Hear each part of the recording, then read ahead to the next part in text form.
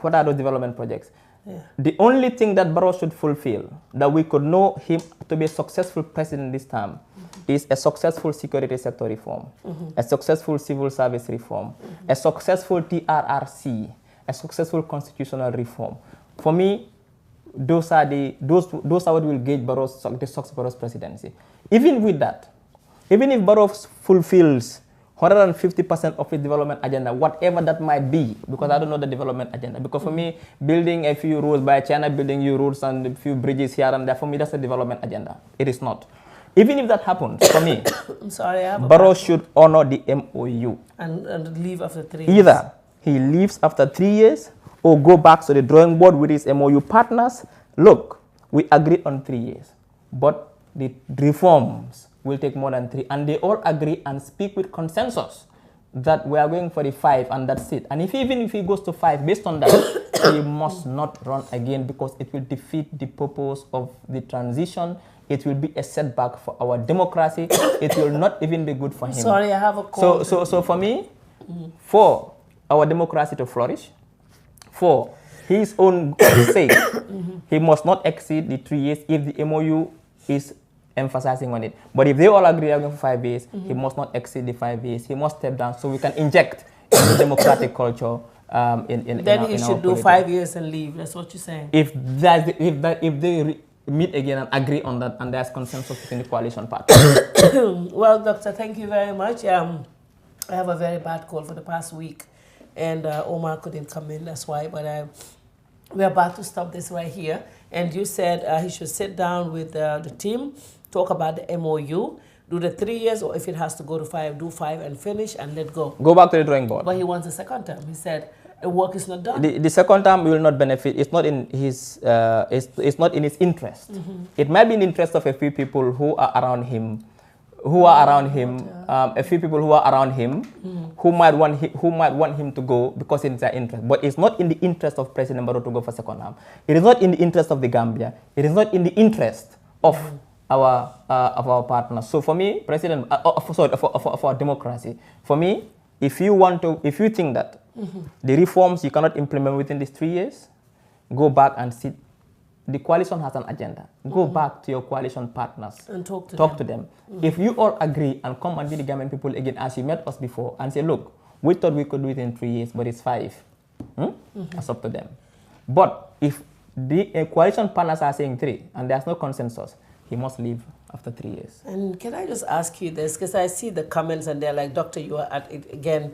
Do you have anything against Barrow himself as Barrow? Or is the policies and the way he's governing? See, when President Barrow was a private businessman, I didn't know him. Yes. If President Barrow is still a private businessman, I wouldn't know him. Yeah, I saw people showing pictures of you and him when you went to see him. Exactly. And they were like, oh, how things change. No, what I'm saying is that when he came, the goodwill was there. Yeah. We thought, now we're the man who, when everybody recoiled and abandoned our country, he gave his life and the life of his family to fight for this country. And he won. Everybody supported him. But he betrayed the agenda. And that is the reason why we are not criticizing Barrow. You see, we have nothing against President Barrow. Barrow has something that belongs to me, that belongs to you, that belongs to children yet unborn. We must protect it. Because we know that if we don't, there are predators around him who might want to destroy the future of our generation, and we cannot allow that. I don't want President Barrow to take our criticisms as not like you don't like him. Listen. In fact, if you see me personally, I listen more to people who criticize me, even though it's based on malicious intent, because they tell me my weaknesses so I can work on them. I don't listen to people who praise me because they just tell me the things that are good about me. Let them listen to people who criticize, even though it might be based on malicious intent. Listen to them. What would it makes you improve yourself as a leader. I think that's the most important thing. But again, to emphasize, we have nothing personal against President Barrow. If he wasn't president, we'll never talk about him. Because he is our president. I never talk about Trump, even with all the rubbish he's doing in the US, because he's not my president. What he says or does doesn't affect me directly. What President Barrow do or says, the policy affects me and my children yet unborn. So I have to guard it, of course. Yeah, that's why you are speaking about it.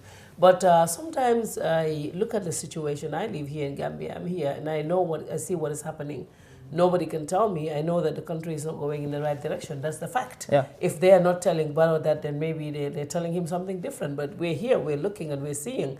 But then don't you think sometimes maybe he is a shy person, or he doesn't like to associate with people, or he just, I don't know, I keep thinking for everything. I mean his personality is his personality. Yeah, if he's shy, he cannot associate. But for me, the most important people thing... are taking advantage. Maybe that's why... Well, that's unfortunate for him then. But what I'm saying is that we have a problem. You see, we have our young people... Right now, I was reading one statistic. They said they're going to deport about 5,000 young people from Germany. That should not happen. What will they do here? You see, we already have a problem. Today, I was seeing statistics. Unemployment has increased. Yes, this week. Unemployment has increased. And we are bringing more young people to come here to do what? There's no unemployment, there are no facilities. And we have a problem again. Another problem we have is that our population is 1.8 million today. Within a generation, it will skyrocket to 5 million. We're not preparing for that. That is why, for me, whatever the president does or his government, whatever their agenda is to prepare for the future. We don't want to be faced with a situation whereby we have 5 million Gambians, no housing. Today, housing is a problem in this country. Prices have skyrocketed. It's difficult to get a house. Look at our transportation sector. It's difficult to get even cars, vans to go to work. You see, everything is just exhausted. We have a problem. We have serious problem. You see, the problems we are having today were not as a result of the policies of a couple of months ago.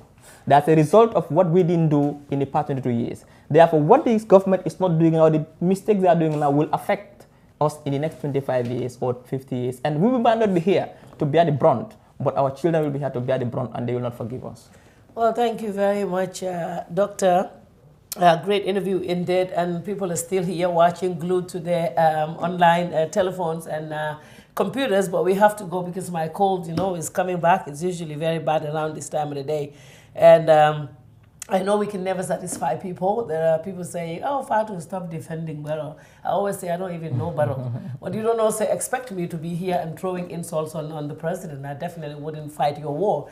But thank you very much for your time. What will be your last word to the people who are watching and Gambians? Well, do we have a last word? Yeah, I think everyone also should be concerned. This is our country. We don't have anywhere else but here. If it develops, it is for us and our children. If it fails, it is for us and our children. And we don't want our children to judge us badly. So therefore, I think all of us should come together. We're all one. We might have differences in opinion, differences in the way we think. Politically, we have different opinions.